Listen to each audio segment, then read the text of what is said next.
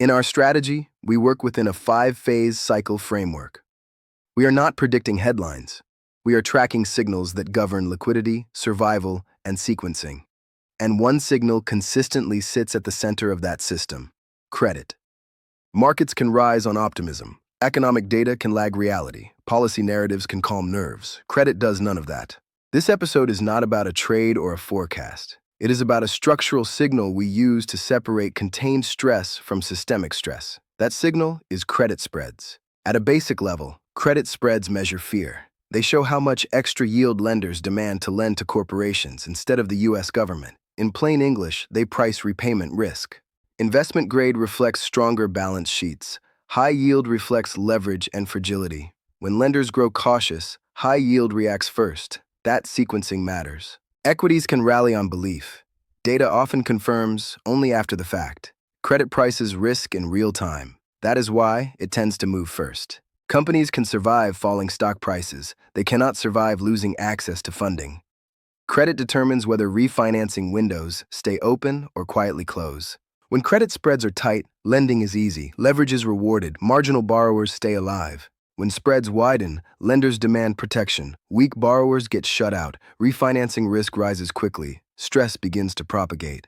Many indicators warn. Credit decides. It is the difference between noise and a real regime shift.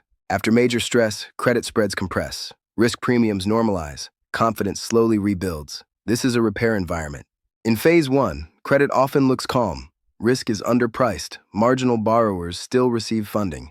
Pressure builds quietly. Loan quality deteriorates. Covenants weaken. Duration risk rises. Asset prices may still climb. Phase 2 is defined by selective credit stress. High-yield spreads widen first. Investment grade can still appear stable. This is the transition zone. If spreads stabilize, stress can remain contained.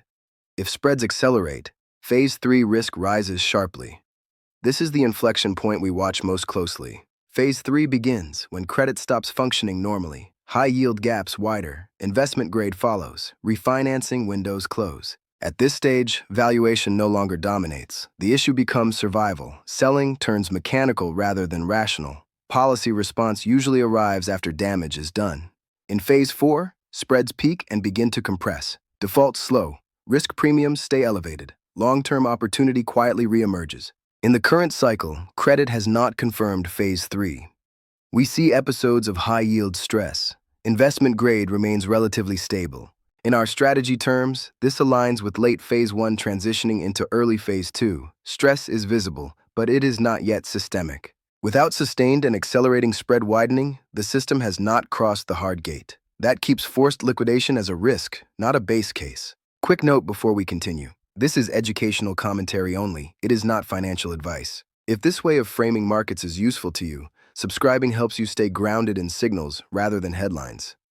The goal here is consistency and context, especially when cycles get noisy. Credit answers one critical question: are lenders still willing to fund risk? That question governs everything else.